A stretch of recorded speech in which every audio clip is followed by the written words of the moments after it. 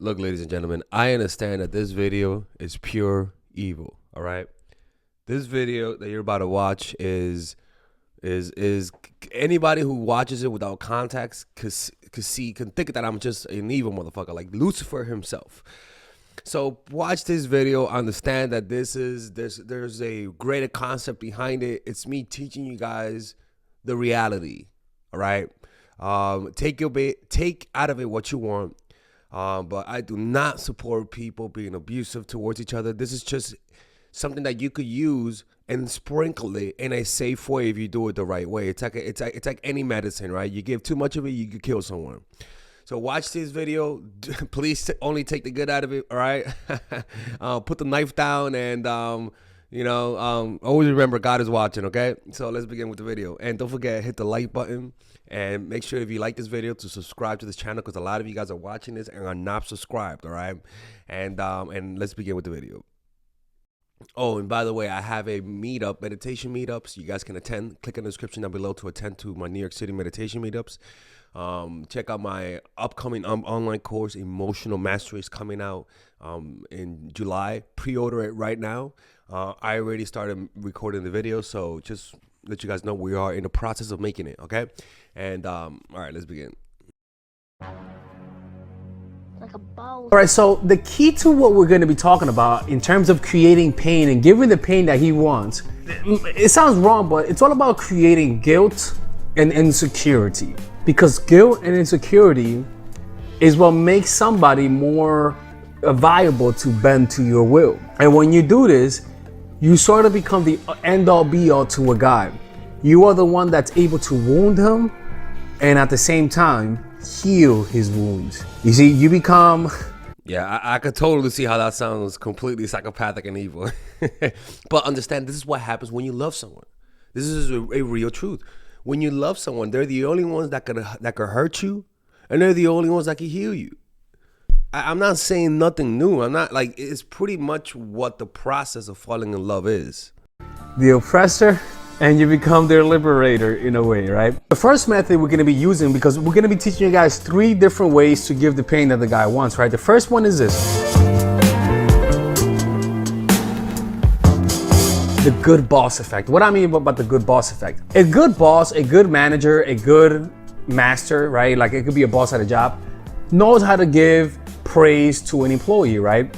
A good manager makes you feel good, but a good manager also instills a little fear in you. A good manager instills a little anxiety inside, right? A good manager makes you feel guilty when you do something wrong. That's why a lot of women fall in love with their bosses. That's why a lot of women end up... And also, women can sense the social dynamic better than men. Women fall in love based on contextually who's the most powerful and contextually who's the most desirable. And desirable doesn't have to be in terms of physicality. Desirable could be in terms of attention, in terms of resources. And that desirability for women is translated into attraction. Any type of desirability. You could be the best writer and everybody wants to write like you. And so that's why they hang out with you. Women would translate that into a physical and a romantic desire, right? Men will want to just be around you. You know, we're not going to want to suck your dick, all right? But we'll respect you.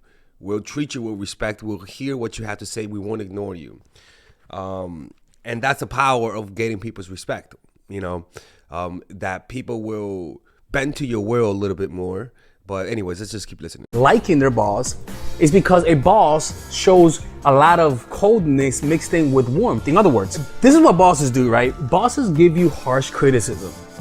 They make you feel a little inferior from time to time, right? They'll tell you, this is what you're doing wrong. You got to fix it, right? And that criticism makes you feel down. So then when you do what's right, they give you praise, and all of a sudden they have a control when you feel good and when you feel bad. So how do you do it? How do you use the good boss effect on the guy you're with, right?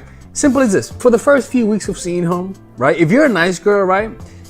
This applies to the nice girls, because if you're a bitch, then this doesn't apply to you. But if you're a nice girl, what you want to do is first create a sense of security, right? You are consistent with him. You show him your good face. That's how you bring him in, right? You bring him in with your niceness, right? But after a few weeks of knowing him, 3 weeks, 4 weeks of knowing him, right? You switch it up. and you give him a criticism that's based on his character that's true. For example, if I'm with a woman and she never initiates contact, or if I'm with a woman and she's very critical of people, I could just say, hey, look, man, I'll be honest with you, man, I like you, but you criticize people a little bit too much. Again, this is pretty much this. Let me tell you something. This happens naturally when you meet people. You're naturally going to find things to criticize them because you're human and you're observing. The issue is that when you like the person, when you don't like the person, you're more willing to criticize them and be honest with them. When you like the person, you're less willing to criticize them. You're less willing to be honest with them. And that could be why there's a chasm between when you like the guy versus when you don't like the guy. Is that when you like the guy, when you don't like the guy, you're more critical. You're more honest. You have more things to complain about and gripe about. Coincidentally, what that does is that it hurts a person's ego. And it makes them want to change also sometimes, right? Or it gets them super defensive sometimes. But the point is that by you naturally point that out when you don't care about the outcome. The issue here is that what I'm encouraging here is to naturally, everyone has a natural tendency not to criticize their partners when they're afraid to lose them. I'm encouraging you and saying, if you are afraid, still do it. If you don't have nothing to criticize, still do it. They need to see you're willing to walk away. They need to see that you are also observing them as well. They need to see that you're not just a happy face all the time for your sake and for their sake. Because that's when somebody senses that they're doing something wrong and you're not calling them out, deep down they secretly lose respect for you. You know, and it's not that I don't like you, but you just criticize people. It's a little hypocritical of you, man. And I don't know about that. Or I could say, hey, man, you know what? Every single time we hang out, it's always me having to initiate this. You know, maybe you think you're better than me and stuff like that, but I don't like to roll that way because I give you the respect that you deserve, and I just feel like you don't give that back. You literally criticize them. Find something to criticize. Find anything to criticize that's legit. And for example, it could be that they get angry a lot. The point is, find something to criticize. And what happens then? After you find something to criticize, say it, and then revert to you being nice, right? So you give them harsh criticism, and then you return to being nice. What that does is that it pulls a person's self-esteem down. It makes them feel a little. It makes them feel a little, right? And what they'll want is they want to see that nice version of you. It doesn't even have to be criticism. It could be that they did something genuinely wrong, and you call them out on it, right? And you show them another face of you. And then once you finish calling them out on it, once you finish scolding them, you return to being happy. It's almost like when you're a parent, you beat the shit out, not to beat the shit out of your kid, right? Hispanics parents do, right? You whip him, you say, this is because I love you, and then you make him some rice and beans. That contrast of criticism, punishment with love and warmth creates a cycle of addiction that makes people fall in love with you. Now, the key is to first create an image in the person's head that you're somebody that's fair, right? So it takes time to do this. So if you already have this image, if you're already a nice girl, you could do this fucking tomorrow. Find something to talk about. For example, the girl that I'm talking to, she got mad at me at something, right? And obviously she was right about it, right? And she was like, hey man, I don't like that you did that. And you know what? When she said that, finally she said something. Finally she said something. I felt bad. It works, people. It works. The second thing. Now look, the insecurity here is usually the natural insecurities you feel when you open up to somebody that you love. Sometimes when we're with someone, you need to feel insecure to fall in love with someone. There's no other way around it. You need to, because that's the pleasure of it. The fear of losing them is actually a part of the pleasure. And if they don't feel that insecurity, you can easily assume that they're not fully in love with you. So you need to bring that insecurity there. One, most likely you erased all insecurities through your affirmations. Baby, I'll never leave you. Baby, I love you. I swear to God, I'll do anything to get you. And there's nothing wrong with that. The problem is that people take that for granted. If you made that mistake of consistently validating them and taking them out of that natural insecure state, then this is the strategy. Because again, the insecurity, and you can have a secure attachment with someone, but they have to have some fear of losing you. And if you consistently remove that fear because of your own insecurity, because you need to verbally let them know, or through gifts or whatever, out the wazoo, and you exaggerate how much you show you that you love them, that kind of pushes people away.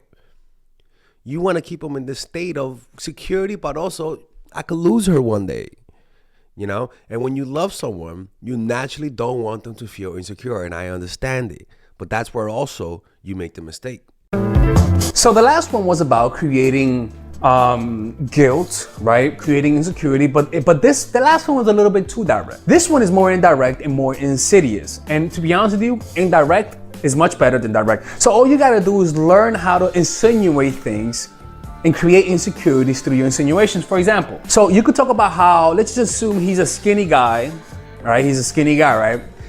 Remember, it's all about creating insecurity. So you could just talk about how, oh man, yeah, I love Will Smith. He's so big. Ugh, man, I love watching him. He's just so sexy. Stuff like that, right? If you want to feel insecure, just praise a guy that's big and strong, right? Or praise a guy that's rich, right? Or praise a guy, let's just say this guy has a 9-to-5, the guy you're talking to.